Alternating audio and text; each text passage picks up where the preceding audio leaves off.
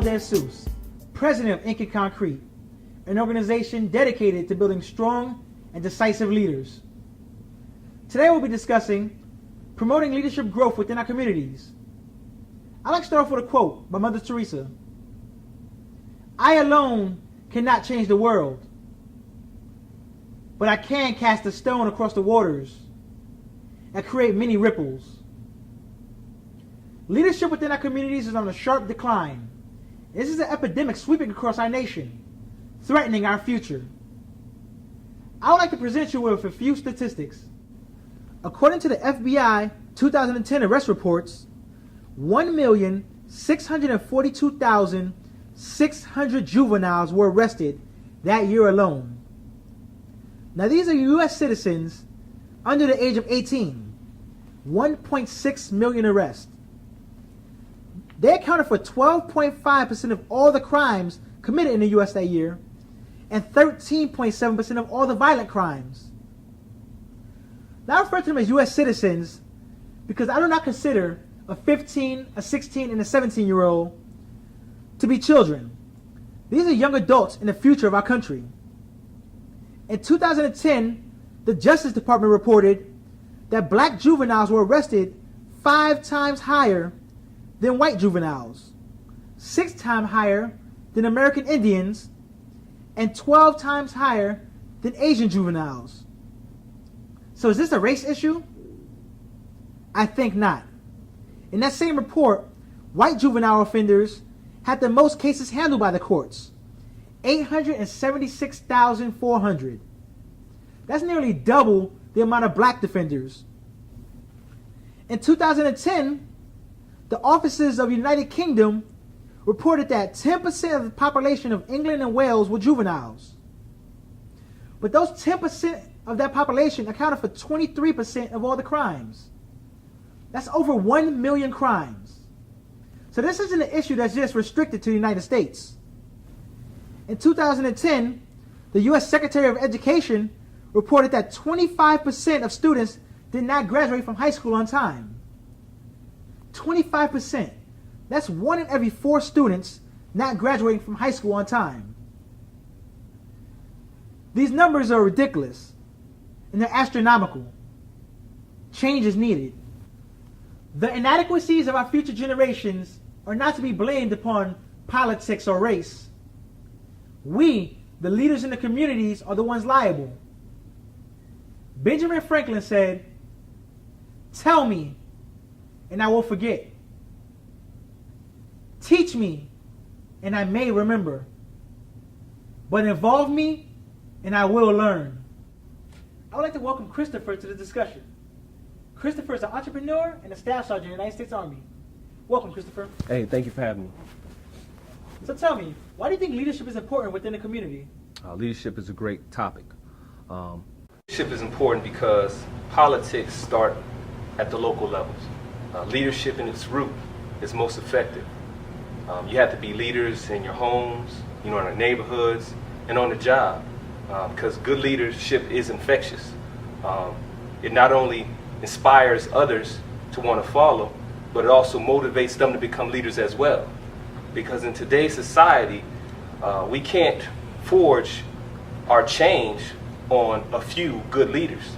We all have to be leaders in our own household, in our own position, in our own roles, to collectively and unite together to complete a common mission. Exactly. I couldn't agree more with those points. So tell me, what values and ethics do you think we need to reinforce the most within our communities? Okay, values and ethics. I mean, I can give you tons of different, values that are important. Of course, in the Army we have the Army values, but I'm gonna take 2 away from that. I'm gonna take loyalty and integrity. Integrity should never be compromised. As once you compromise your integrity, you can spend a whole lifetime trying to get that integrity back. And as leaders, that is most important, that you always safeguard your integrity. And then 2, loyalty.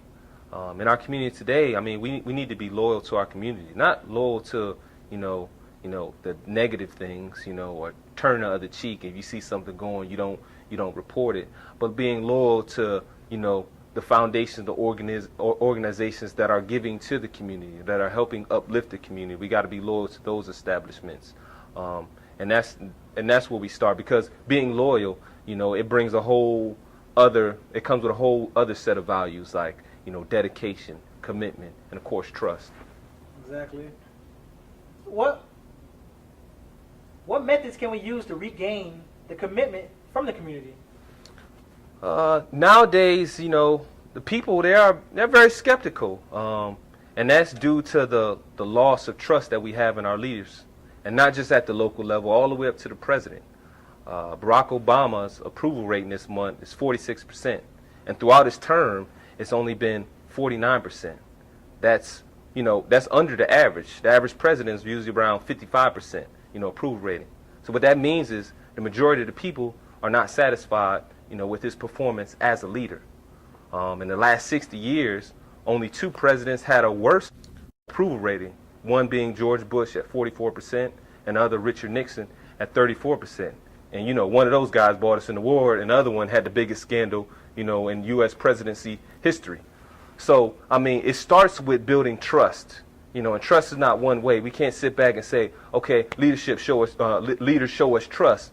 We have to do things that's going to require trust as well on our part. It's a two-way street, and that requires people to get out and get into the community, go to the town hall meetings, go to all these community functions that are going on, and stop being one of those people that just talk about it. We also have to walk it too. Exactly, and that kind of leads us right into the next point, or next question. How can we encourage more leadership within our community? All right, encouraging leadership in our community, we have to be transparent as leaders.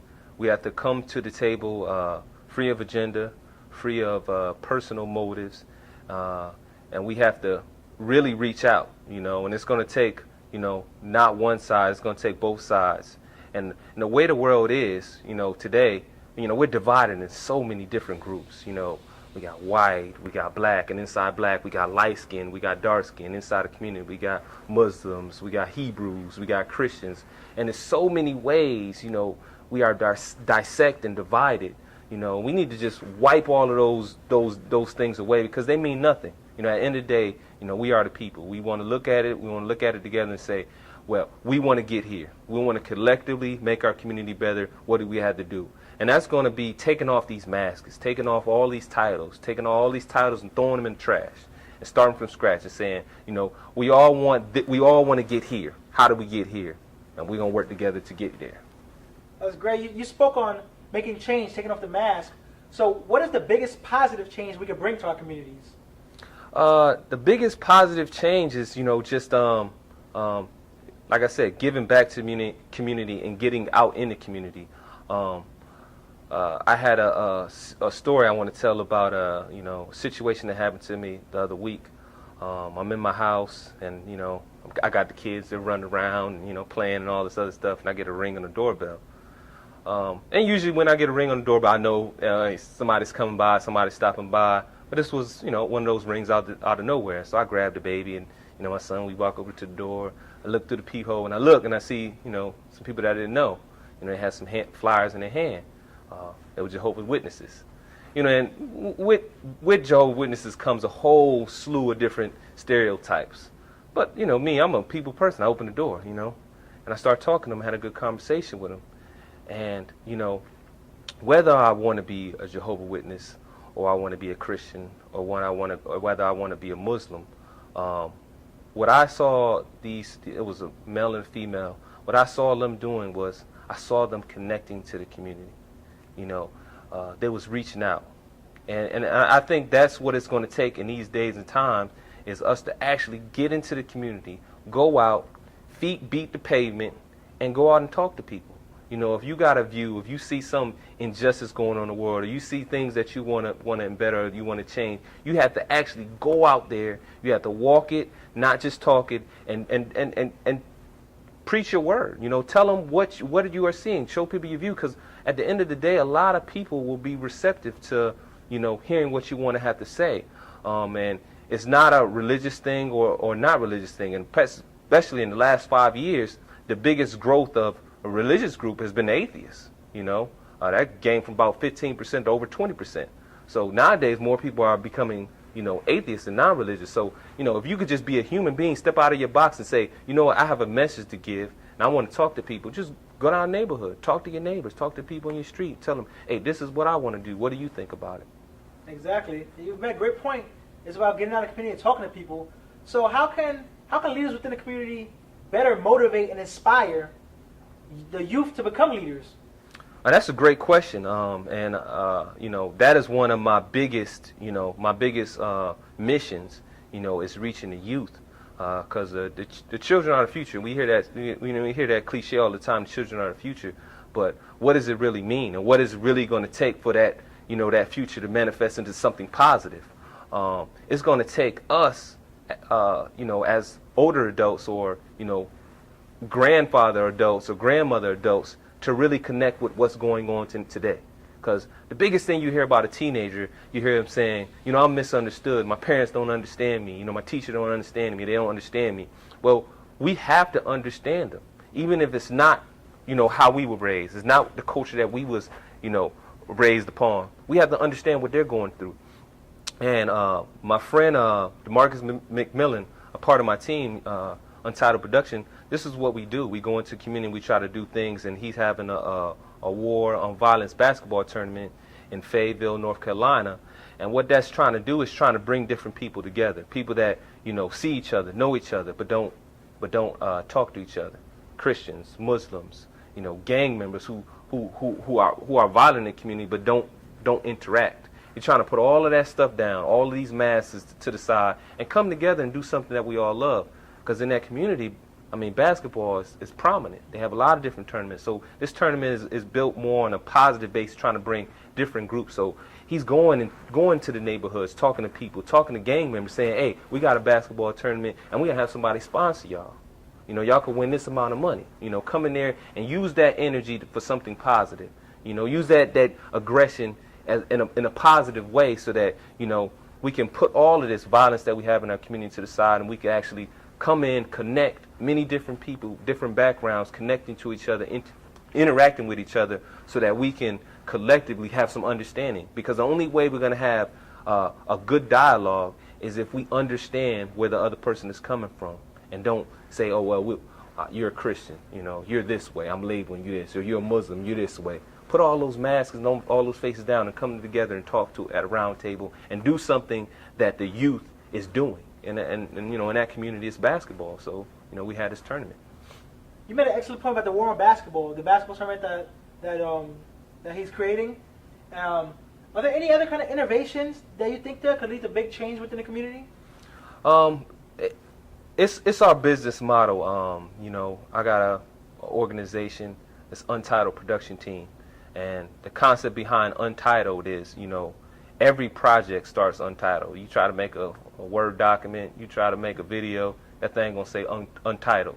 And that's where we want to start. We want to start with that uncreated, unmolded idea that an individual has. And then we're gonna produce it. We're gonna make it into something. And then what we're gonna do is we're gonna be a team in it. Yes, it's you being a customer, but as a customer, I don't look at a person as a customer. I look at them as, somebody that I'm investing in. Because people are your biggest investment. And so what we do is we not only, have a business established to, help the community and do things in the community, but we actually invest in people in business. Businesses like the Boys and Girls Club, Boy Scouts of America. Right now I do free photos for Boy Scouts and the Boys and Girls Club of America. It's something for me just to give back to the community, because they're doing something positive that's going to uplift the community. I'm just doing my part in giving back to them. So, that's one thing that, the business is all based around, is investing in people. Because, when you invest in people, that comes back way more than, investing in stock market, invested in money, invested in monetary funds. Exactly. Well, Christopher, I'd like to thank you for your great leadership insight that you provided with us today. Thank you. All right. Thanks. To close this discussion, I'd like to talk about my mother for a few moments. I grew up in the South Bronx, New York City. And my mother, she wasn't a politician. She wasn't a wealthy lady. She wasn't a community activist. But she was a leader within the community. She was at every PTA meeting. She organized block parties for our avenues or streets that we lived on. She always, even though we didn't have the most, she always gave out prizes or back to school items to all the kids who were maybe less fortunate, or some of them maybe more fortunate that didn't have the leaders in their household. And everyone loved her and praised her for this, and this brought our community tighter. One lady in the South Bronx bringing the community tighter. That's the power of leadership. And I challenge you all to become leaders within your community. Because if one lady can have an impact on hundreds of our youth, imagine what each one of us could do. And final thoughts, you can follow us more on inkandconcrete.com for more leadership insight. Knowledge is power, a dream is his queen, and self-destruction is his mistress. Thank you. ACG. The revolution begins now. Okay.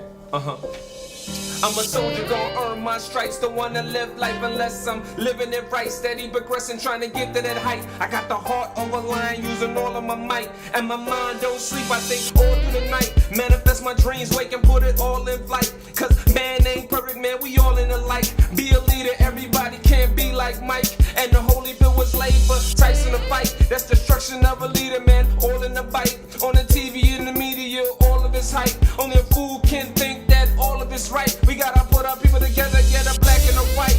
Leadership in the words of the type. Eating concrete, I'm calling it tight.